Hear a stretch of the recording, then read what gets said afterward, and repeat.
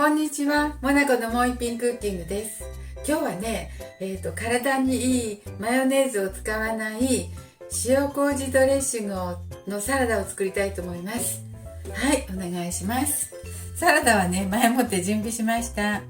ゆで卵とトマトときゅうりとキウイとスナックエンドウにしました。それでね、これから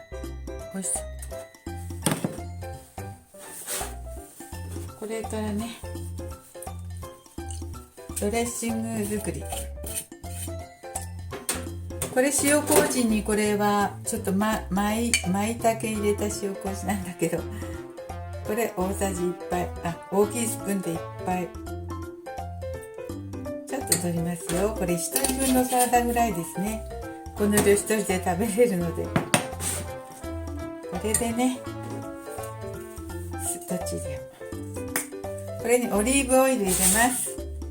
体にオリーブオイルも同量で、エゴマ油とかでも全然大丈夫です。それから酢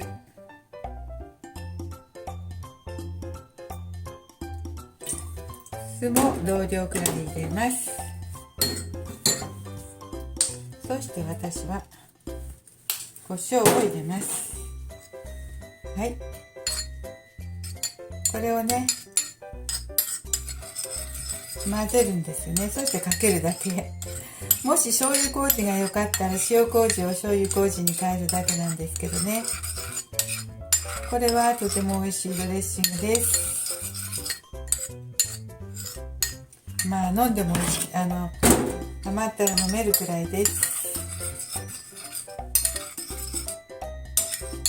で、体にいいので、これ1人分1回、これ、舞茸入れたので普通の塩麹よりももっと美味しくなってますよ。普通のただの塩麹でもね、とても美味しいんだけどね。はい、美味しい。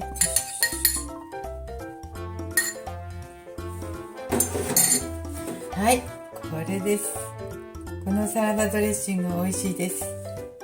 よくするんですけど美味しいんです。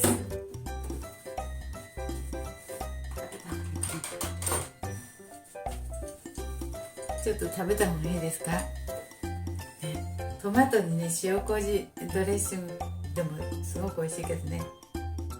塩麹ドレッシングとね、オリーブオイルと胡椒とここにかけてもいいんだけど、ちょっと混ぜてドレッシング風にしました。